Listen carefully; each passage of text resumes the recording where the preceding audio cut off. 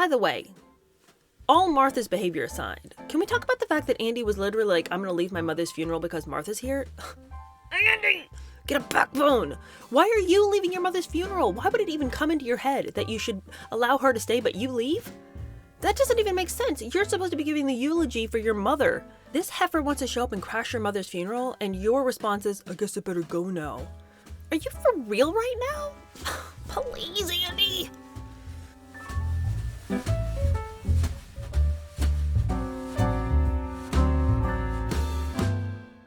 Hello, how are you? Welcome to my channel.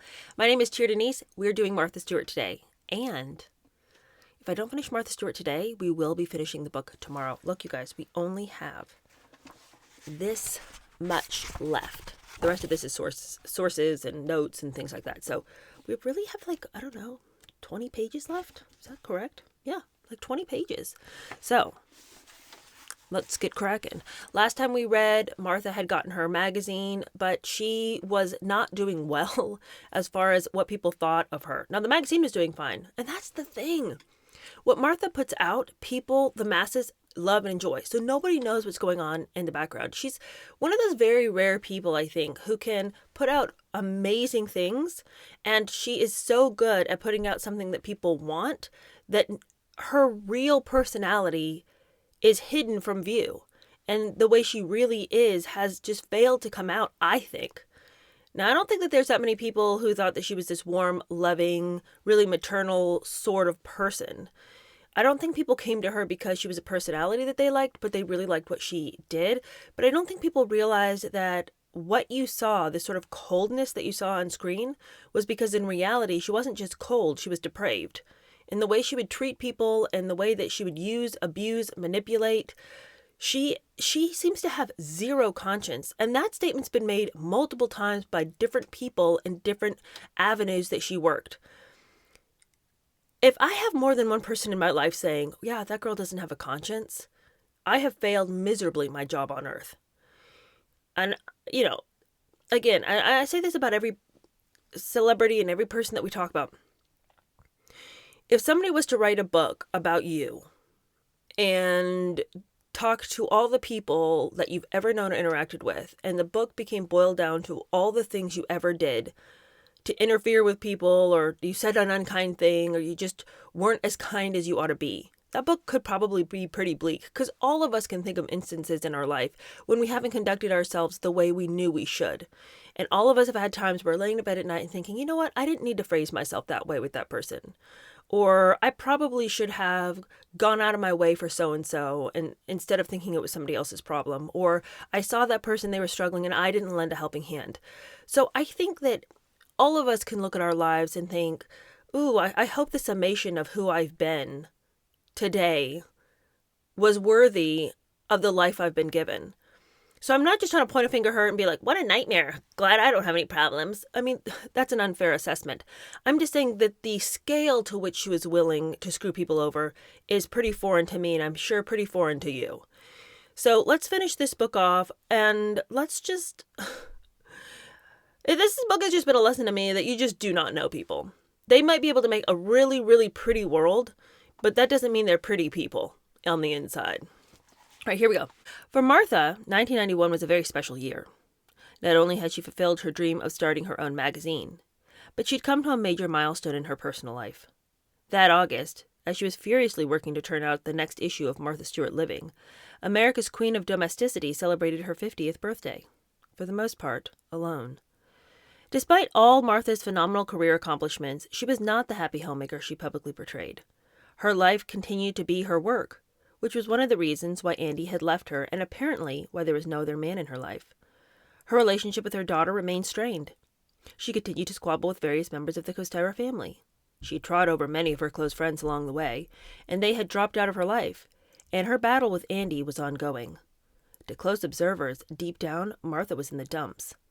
However, by the time of Martha's big 5-0, she and her old friend Norma Collier, after numerous spats and disagreements over the years, were again on speaking terms, although Collier saw little of Martha because of her extremely busy celebrity executive schedule.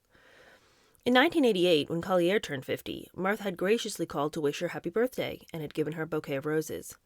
Collier decided to return the favor in August 1991, particularly after a close mutual acquaintance had informed her that Martha had no friends, was all by herself, had only a few hangers-on to talk to, and was very depressed and miserable. Okay. This is very nice of Norma Collier to think, okay, you know what, I've been friends with Martha for a long time. I need to extend the hand of friendship to her. If she is truly all alone and by herself, we've known each other for a long time. I can put things aside. But, I feel sad that so many people who have tried to reach out to Martha, who have extended their friendship far beyond any time I would have extended the friendship, are continually burned time and again. Listen to this story. So Collier telephones and invites Martha to lunch to celebrate the very special occasion of her birthday, and Collier suggested a Spanish restaurant close to Collier's office in Westport. But Martha said she wanted to go to a place in Fairfield for the salad. That posed a bit of a problem for Collier, who had a limited amount of time. But I thought, I extended the invitation, I'll do it. On the morning of the planned celebration, Martha called to say, I don't want to go to Gregory's anymore. I want to go to Mess in Galicia. And we have to eat at 11:45 because I have a friend coming up from Manhattan, and I have to pick him up at the train at 1:15. Now don't be late. Naturally, Collier was peeved. By this time I was thinking, well, why did I ever do this? I'm trying to be nice to her, and I'm getting screwed over again. Am I stupid or what? But I called and I changed the reservation. Collier arrived on time and waited for Martha. And waited. The birthday girl finally showed up 45 minutes later. She comes running in wearing a t-shirt and jeans, her hair pulled back, no makeup, all in a dither, sits down and starts saying, that son of a bitch Andy. Martha proceeded to tell Collier that she had been on the phone all morning with her lawyer, still doing battle with Andy over financial issues of their divorce. He's so mean to me, but I'm going to get him, she said, then rushed through lunch, flashed a sweet smile only when someone came over asking for an autograph. She threw down her lunch and said, have to run, and she just got up and she left the restaurant. And there I was sitting alone, and I thought, I don't care if I ever see Martha again. Collier got her car and pulled into traffic, which was quite heavy. At a stoplight, she looked over to see Martha sitting in her big black Mercedes.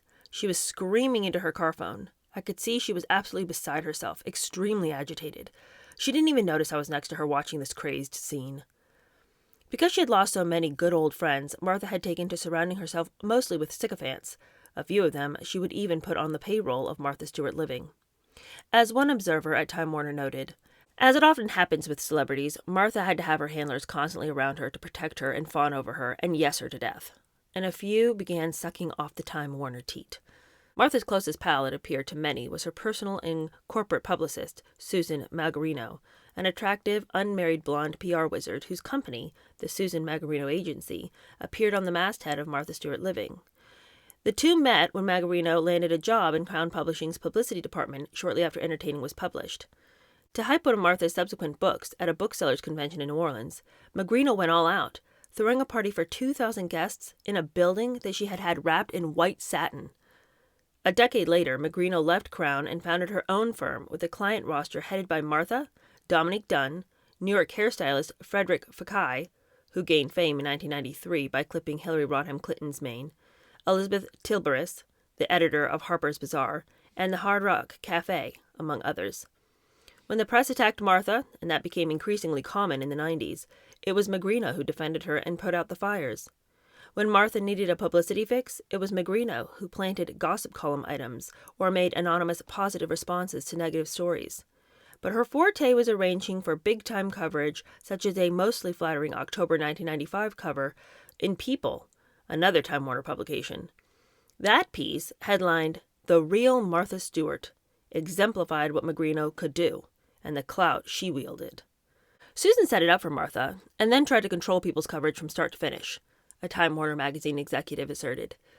It also was said that Martha went to the top at Time Warner and demanded, and received permission, to preview the story and made revisions before it ran, which is not journalistically kosher. From the beginning of the relationship, Magariano was absolutely devoted to Martha's personal success and consistently lavished praise on her. Before Martha wrote Entertaining, she once said, there had never been anything like it before. Martha was a pioneer. It was a lush lifestyle cookbook, all color and expensive, but also warm and genuine. It defined a lifestyle of opulence, yet ease and practicality. Martha's lifestyle. It's been an unbelievable inspiration to women. The proof is in the sales and her soaring popularity. Martha clearly knows what women want. Magrina was devoted to making Martha's personal life happier too. When Martha traveled, it was Magrina who often accompanied her on a number of business and pleasure trips. Martha and Susan are like the Bobbsey twins, maintained a mutual friend. They're inseparable.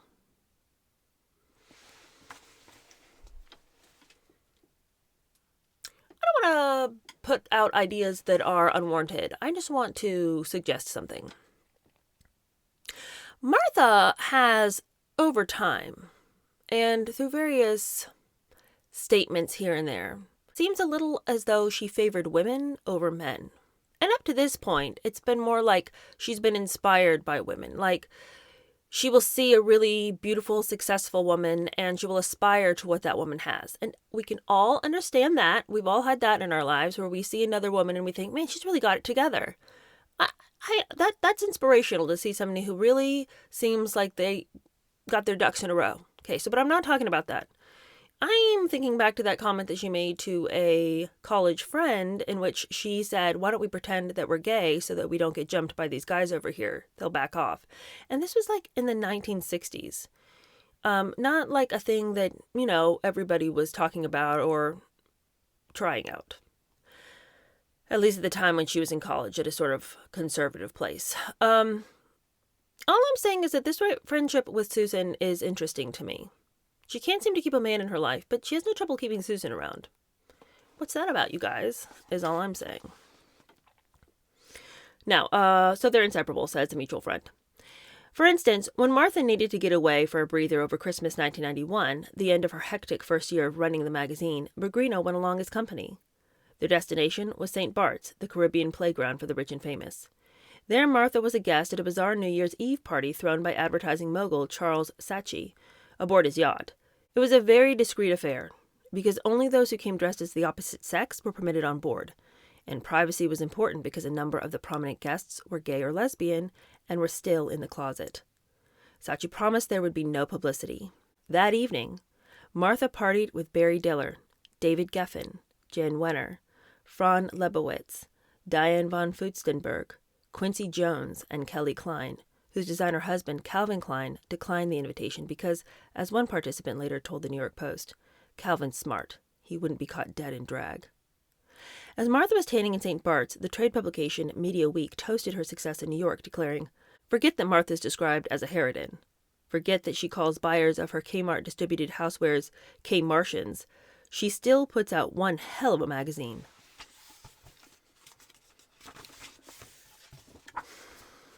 I think that story about her partying on that yacht in drag is a real weird story.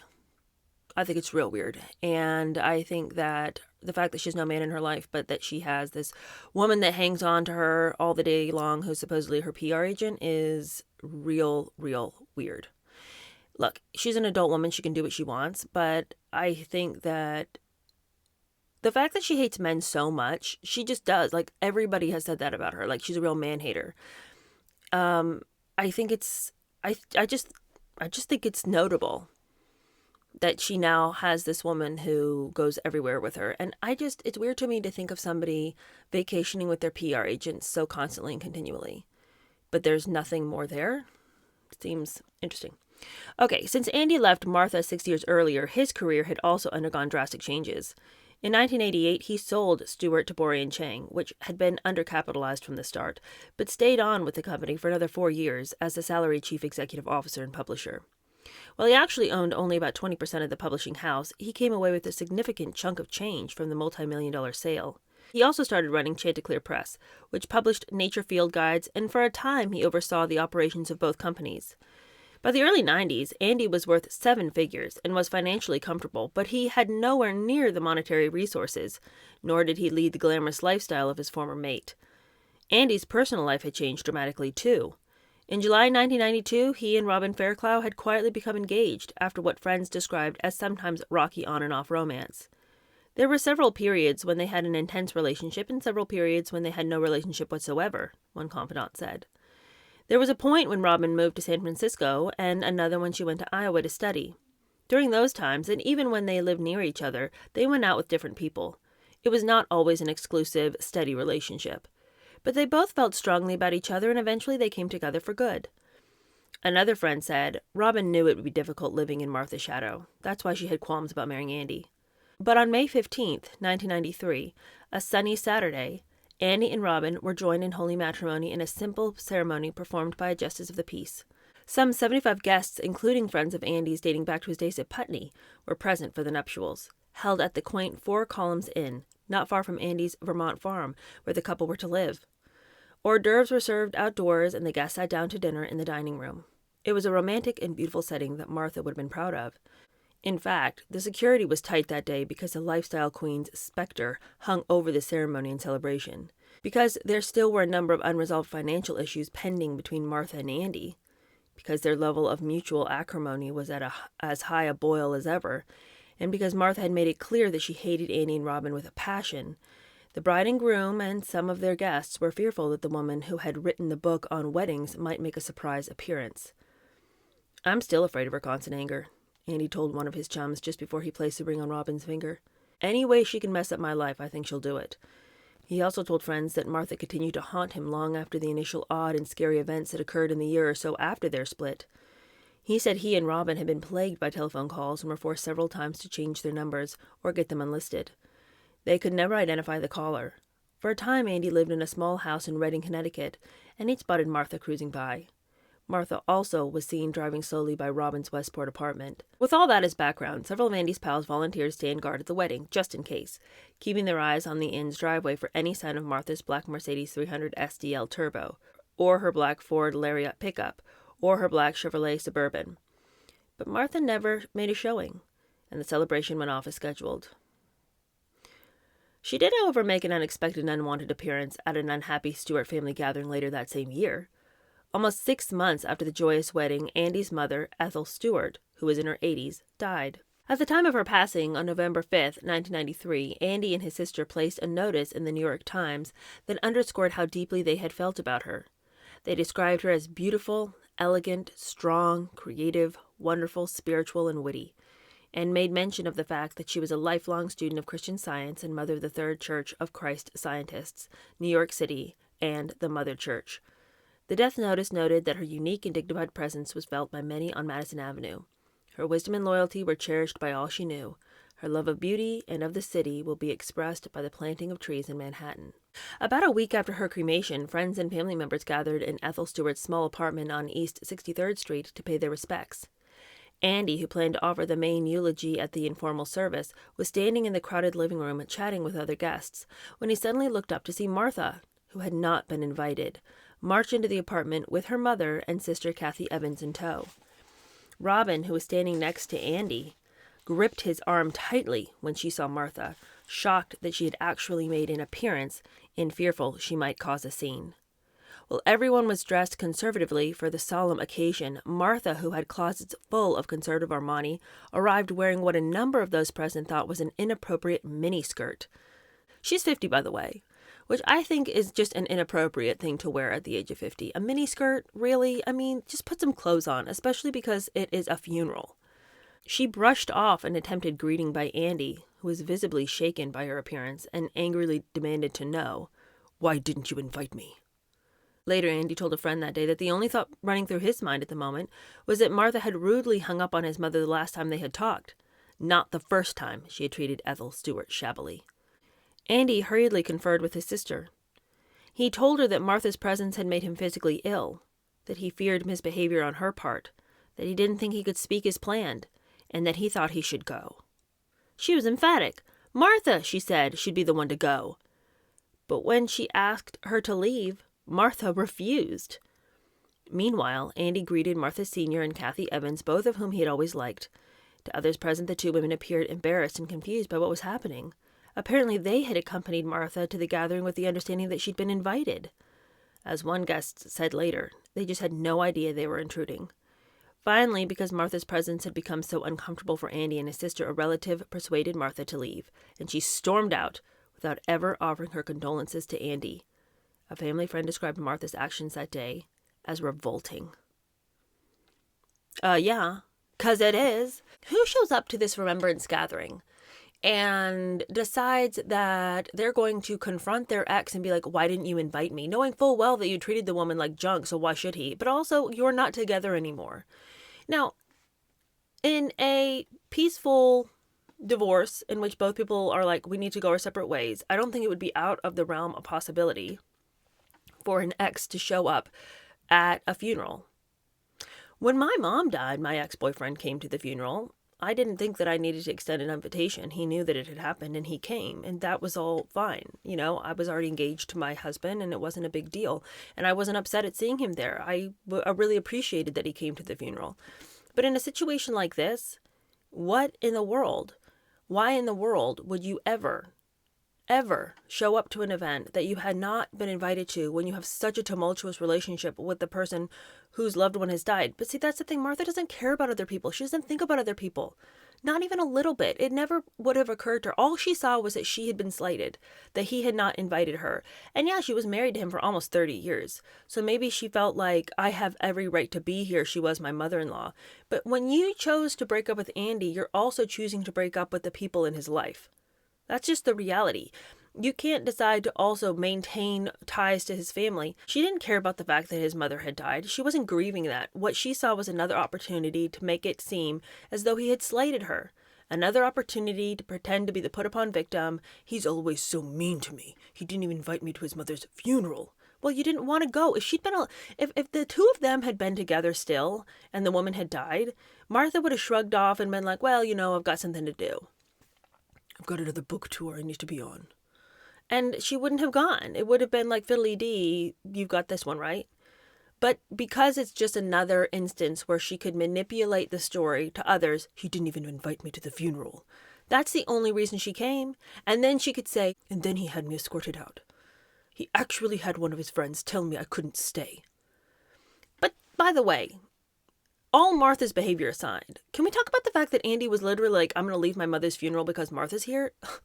Andy, get a backbone. Why are you leaving your mother's funeral? Why would it even come into your head that you should allow her to stay, but you leave? That doesn't even make sense. You're supposed to be giving the eulogy for your mother. Like, even at this point, I'm just like, I've given as much compassion as I can to the place that he's in, okay? Being in an abusive relationship with somebody who frightens you and makes you feel less than and all of this, it just plays with your head, okay? But y'all are broken up now. This heifer wants to show up and crash your mother's funeral, and your response is, I guess I better go now. Are you for real right now? Please, Andy. All right, let's see. I think we can manage it. Let's finish this. This last chapter is called It's a Good Thing. The way some Time Warner brass saw it, Martha's increasing vocal demands for equity in her money-losing magazine was sparked because she was trying to keep up with the Joneses, the Steven Spielbergs, the Billy Joels, the Calvin Kleins, and the other monstrously wealthy superstars who had become her neighbors, acquaintances, and party guests. One Time Warner honcho observed, Martha realized about 3 years into the magazine's life that the public presence that she created was, indeed, equal to a lot of the new friends she acquired in Hollywood, but that those people were worth tens and hundreds of millions, and she felt she didn't have anything substantial to show for all her efforts, and it was driving her crazy. Her friends would go off and make an album and earn millions of dollars, or make a movie and earn $15 million, and she was still working off a basic income of around $500,000. She realized she was never going to make big money. That's when she went in to renegotiate her deal, and that's what opened the Pandora's box. Starving for a bigger piece of the pie, Martha began playing hardball by retaining the services of one Alan Grubman, dubbed by the press as a high-powered entertainment attorney, to represent her interests in negotiations with Time Warner. After all, Martha had actually morphed from entertaining expert to entertainment diva in the 15 years since entertaining became boffo in the bookstores.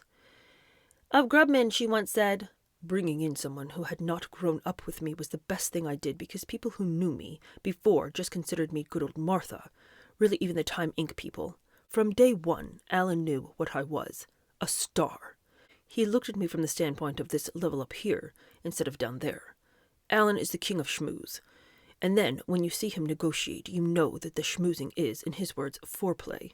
But I'll tell you, he is the best negotiator I ever saw. I've learned a lot about that. It's wonderful what he does. In his early 50s, Grubman was a man of enormous confidence and ego, who once was quoted as saying that no one but he should be included on a list of top entertainment attorneys. Pointing with pride at himself, he declared, "This is it. Boobala." Grubman also was a high roller, and with clients like Madonna, Bruce Springsteen, Elton John, Mariah Carey, David Geffen, Rod Stewart, and Martha Stewart, he could afford to be. When his daughter got married, about the time Martha had sicked him on Time Warner, he paid an estimated $500,000 for the affair at the Pierre Hotel. The Village People, one of Grubman's disco-era clients, provided some of the entertainment. $12,000 were spent for the beluga caviar served from a dripping sturgeon ice sculpture, and the room was filled with 10,000 white roses, plus a lot more. As one guest noted, you could tell Martha Stewart didn't cater this one. It was more Don Corleone than Darien, Connecticut. In any event, Martha was among the more than 400 guests in attendance and was photographed by the New York Times conferring with the father of the bride, who boasted he had made the whole event, including 20 pounds of Italian white truffles, possible. Martha needed a powerhouse like Grubman in her corner because her support at Time Warner appeared to be eroding. At the beginning, her biggest champion was S. Christopher Meiger III, who headed Time's New Ventures group, but he left after losing a power struggle. He subsequently set up his own very successful company, Meiger Communications, and his first magazine, Garden Design, was kind of a faux Martha Stewart living about the gardening lifestyle. Meiger was replaced by Robert Miller, who set up shop in California rather than New York, which gave Martha a free hand to run up costs and expenses in Manhattan, a former Time executive asserted. When Miller's job evaporated in a corporate restructuring, Martha had no real rabbi remaining within the organization. She then came directly under the thumb of Time Incorporated, President and CEO Don Logan. As a member of his executive circle noted, Don is a bottom-line Alabamian, a real gentleman, but tough. He didn't buy Martha's charm. He didn't buy Grubman's shtick. He wanted profits, and Martha Stewart Living wasn't producing them. Martha was critical of Logan and found his management style ham-handed. It was Logan who had pushed out Bob Miller and closed down the Ventures Group. Worse, Don Logan wasn't a connoisseur of the Martha Stewart style of living. His favorite repast? Meat patties flown to New York City from a hamburger joint in Decatur, Alabama. Classic. As an Alabamian myself, I must say I approve of the fact that he maintained himself, even though he was in New York City. When Alabama brought in Grubman to represent her interests, the feeling at Time Warner was, "Oh shit, this is awful," a former executive said. With Grubman handling her business, Time Warner sweetened Martha's deal somewhat to keep her at bay, bringing her salary bonuses and perks to over $1 million annually. Time Inc. also established a new division called Martha Stewart Enterprises, encompassing the magazine merchandising, multimedia, and television spin-offs. Martha was given the title of chairman in addition to editor-in-chief of the magazine. But Don Logan and the corporation firmly resisted granting her the equity she desperately wanted and felt she deserved. As the Wall Street Journal put it in a front-page story headline, "Domestic icon wants equity in her empire or else... ... She really likes control." Quote, "The ultimate arbiter of modern homemaking has also become a world-class headache for Time Inc., the Time Warner publishing unit that for 5 years has bled plenty of red ink to bankroll her ever-expanding empire." End quote. By the spring of 1996, Martha had begun shopping around for a new backer, with thoughts of buying back her magazine, taking it elsewhere, and running it herself with venture capital. She seemed to have an attractive package when she walked in the door. The total Martha Stewart empire reportedly generated $200 million a year, with the magazine accounting for about a quarter of that amount. Ad pages had soared more than 50% over 1995, and circulation was up to about 1.2 million a month. But the magazine still wasn't turning a profit, and the subsidiary ventures weren't generating big money either. Still, there was outside interest. Among those courting her were bankers, publishers like Cy Newhouse, and even her old boss at Time, Chris Meiger. Condé Nast president Steve Florio said at one point, "If Martha Stewart Living ever went into play, we'd be very interested. It's more than a magazine. It's a media phenomenon with magazines, a syndicated TV show, and books." But after talking to her, everyone who showed initial interest passed. The bankers wondered, is this really proved yet? Is a single-title magazine company the way of the future? One publisher said, "Martha got courted by everybody, but she got more of a cold bath than she expected. No one did the deal because her demands were just too great." Another businessman revealed she wanted equity that would be twice what we would normally give somebody. 15% is considered normal, and some of the great ones might get up to 30% if they hit every kind of target or benchmark that you set up for them. But Martha wanted in excess of that, and she wanted to have full control over both the editorial operations and the publishing operations. We saw the same problems she has with Time Warner, so it's kind of a non-starter. She was being sadly unrealistic. She knew a lot more about the editorial process than she once did, but not a lot more about the publishing formula. She's worked under the theory that somebody's going to fall in love with her and say, "This is going to be fun. I'm famous. I made all my money building shopping centers. I'll hitch my star and bank account to Martha Stewart." Back at Time Warner, according to another scenario, Martha attempted to mend bridges. For example, she was said to have met with Reg Brack, chairman of Time Incorporated, telling him that they should be on better terms. Brack was charmed. When Martha learned that Brack's daughter was getting married, according to one account, she offered to oversee the entire shindig. He was a guy who was against the magazine, one Time Inc. executive said, and then all of a sudden he was smitten with her. By early October 1996, however, someone else had become smitten with her too, or at least that's what Martha revealed.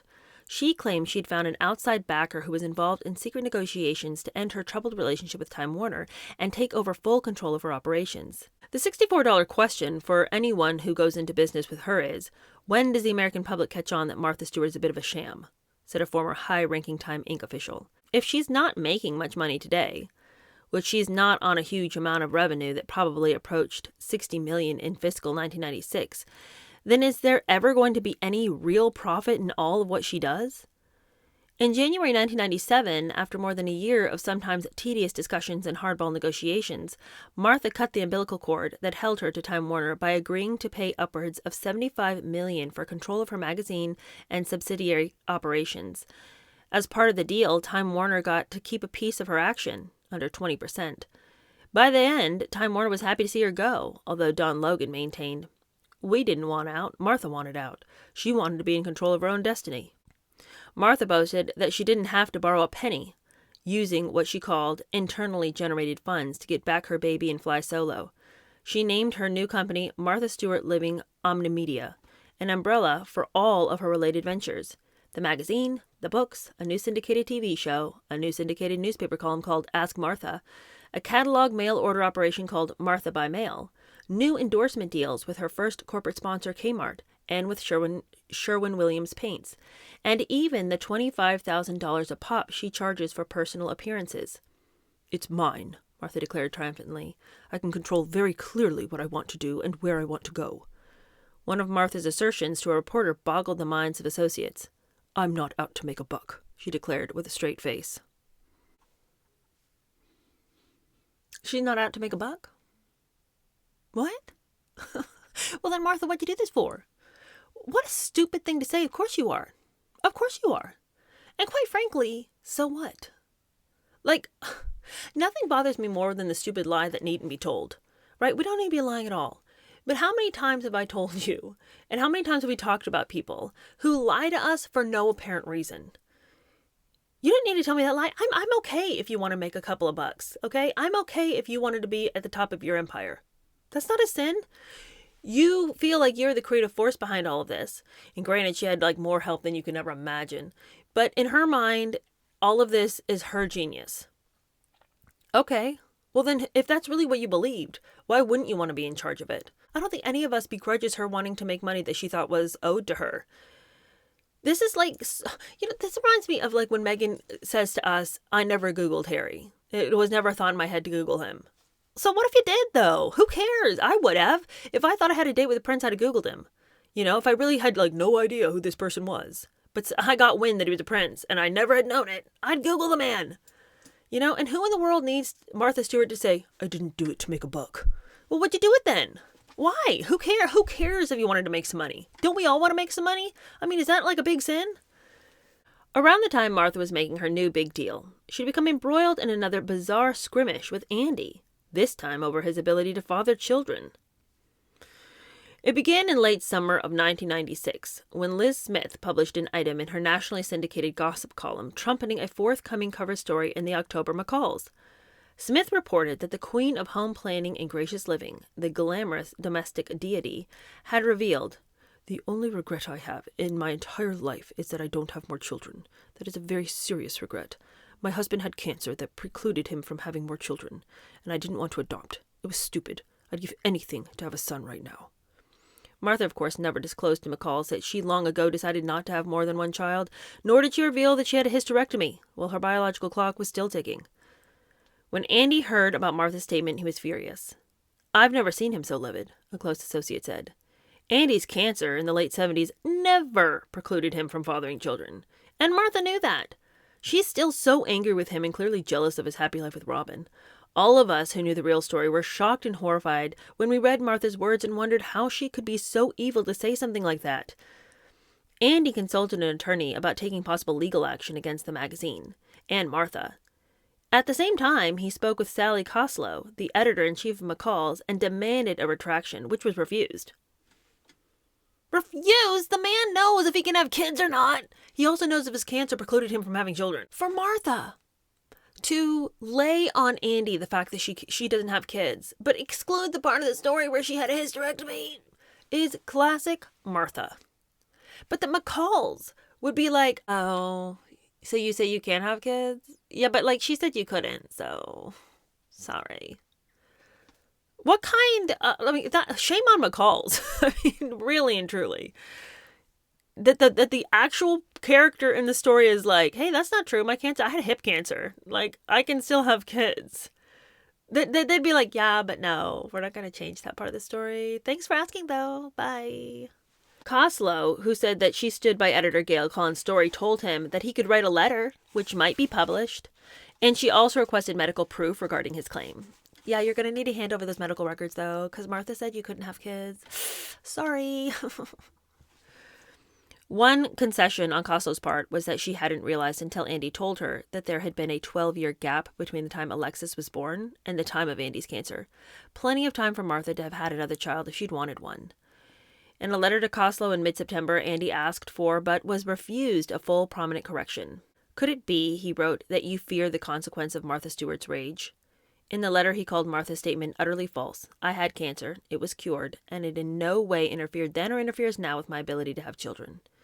He went on, quote, the honest reason why Martha Stewart and I did not have more children is that our marriage was strained and painful, and it provided an unhealthy atmosphere in which to bring up children. Our careers dominated, and we devoted far too little time to the child we had. We would have been even greater failures as parents if there had been a second child. Martha made it very clear at the time in many conversations between us, and in conversations with friends, that she did not want another child. To put a more sympathetic spin on her personal story at my expense, she untruthfully offered my cancer as the reason. Caught lying, Martha retracted in a letter published in the January 1997 issue of McCall's. With respect to my interview in your October issue, I would like to clarify that my former husband, Andrew Stewart, and I did not have more than one child for personal reasons, not because of any medical disability on Mr. Stewart's part. As far as I'm aware, there is no medical disability. For Martha Stewart to have admitted that she had openly lied means only one thing to me. Andy had sicked the legal dogs on her, because for her to admit that she had made up this story at his expense is something that Martha Stewart would never do. She would never admit that she had been wrong or had lied or had manipulated a story, unless there were lawyers involved. And of course, he's litigious, so I'm not surprised. Andy's assertions and Martha's admission proved to be true. On March 19, 1997, 2 months after Martha's retraction was published, Robin Fairclough Stewart gave birth to 2 beautiful, healthy twin girls. Earlier, she and Andy had adopted an infant boy. Andy's the proudest father I've ever seen, a friend said. He's so happy. For once, he feels his life is complete. Whatever her shortcomings, the journey of Martha Costera Stewart from blue-collar New Jersey to the pinnacle of wealth, power, and succession as America's premier arbiter of style and taste has been a phenomenal one. Her strength, spirit, grit, chutzpah, and beliefs are remarkable, if not oftentimes curious or downright bizarre. Martha Stewart truly is an American original. After her decade and a half on the national scene, loyalists and detractors can agree on one fact, that the public Martha is a superwoman, a description she herself has promulgated successfully. Superwoman? Or something more? At the height of her success, an eerie corporate manifesto somehow slipped out of Martha's offices and made its way from Time Inc.'s executive desk to another and eventually from a Xerox machine to the outside world. It spoke of shared values and of founding beliefs. It discussed something called the underlying value proposition, and all of it focused on Martha's way. From its wording, some wondered whether Martha's World was more gentrified Jonestown than happy homemaker. The white paper, replete with what was described as an incomprehensible flowchart, declared in part, quote, "In Martha's vision, the shared value of the Martha Stewart living enterprises are highly personal, reflecting her individual goals, beliefs, values, and aspirations. Martha's way can be attained because she puts us in direct touch with everything we need to know and tells/shows us exactly what we have to do. Martha Stewart Living Enterprises are founded on the proposition that Martha herself is both leader and teacher. While the ranks of teaching disciples within Martha Stewart Living may grow and extend, their authority rests upon their direct association with Martha. Their work emanates from her approach and philosophies, and their techniques and products and results meet her tests. The magazine, books, television series, and other distribution sources are only vehicles to enable personal communication with Martha. She is not, and won't allow herself to be, an institutional image and fiction like Betty Crocker. She is the creative and driving center. By listening to Martha and following her lead, we can achieve real results in our homes too, ourselves, just like she has. It is easy to do. Martha has already figured it out. She will personally take us by the hand and show us how to do it." That's a weird thing for her to write. She really did think of herself as a religion. For her to talk about herself almost like she's God, even the fact that she calls it Martha's Way, like, Christianity was originally called the Way, and then, as a dig to people trying to be like Christ, the word Christian means little Christ, and so Christians took on the name and were like, absolutely, yes, we want to be like little Christ, that's fine. But originally it was called the Way. So for Martha to call it Martha's Way is very interesting to me, and that she would refer to the people around her as her disciples who are learning from her, and then they are disseminating this truth, but that her books are like a Bible where you can touch Martha through the words of her book. I mean, that's wacko, wacko, wacko. That is insane that internally that's how she viewed it.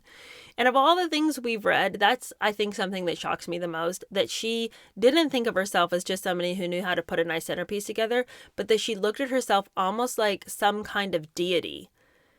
The fact that she called, everybody else kind of called her this lifestyle goddess, this domestic deity, all of this sort of tongue in cheek, but I don't know if she saw it that way, or if she thought she was really giving you some kind of spiritual way to live. A nutcase. Was this not a wild ride? Was this not Crazyville? Probably one of the best books we've read on this channel. Send far and wide, my friends. If you have a friend who is not listening to this series, send them this series. Send them this playlist. Give them something to listen to. I just think it's astounding how much really goes on behind closed doors. And, honestly, I'm sure there's a whole lot of other things that he couldn't get sanctioned legally to admit had happened, but I'm sure he had even more stories than this.